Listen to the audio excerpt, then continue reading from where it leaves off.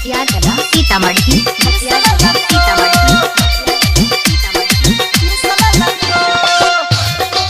Recording by Sona recording studio Triveniganj Supaul.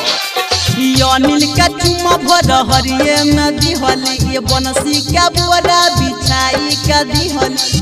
Anil का चुमा भर हरिये में दिहली बनसी का बोरा बिछाई का दिहली। धर्मेंद्र निर्मलिया टिप देलको धर्मेंद्र निर्मलिया टिप देलको तोहर छोटे छोटे छोटे छोटे छोटे छोटे तोहर छोटे छोटे जवाना के मिस देलको तोरा पोटे के कुन छौरा किस देलको। अनिल का चुमा भर हरिये में दिहली बनसी का बोरा बिछाई का दिहली।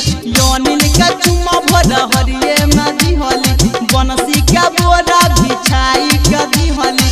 धर्मेंद्र निर्मलिया टिप देलको धर्मेंद्र निर्मलिया टिप देलको तोहर छोटे छोटे छोटे छोटे छोटे छोटे तोहर छोटे छोटे जवाना के मिस देलको तोरा पोटे के कुन छौरा किस देलको।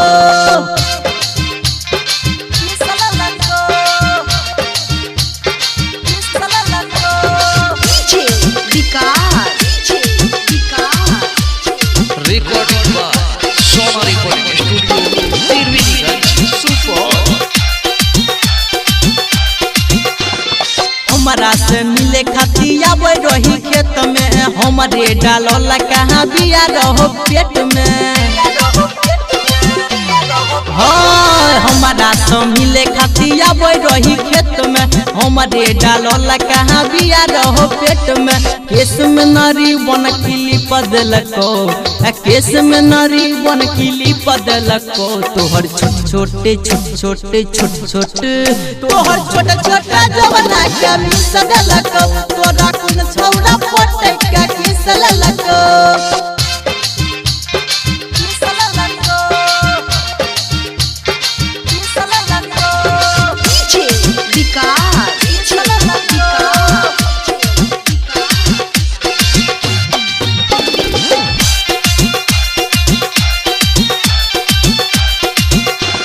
पर कसते आगे मामला रहो सेट गए राजा संतोष सकर रही भेट गए।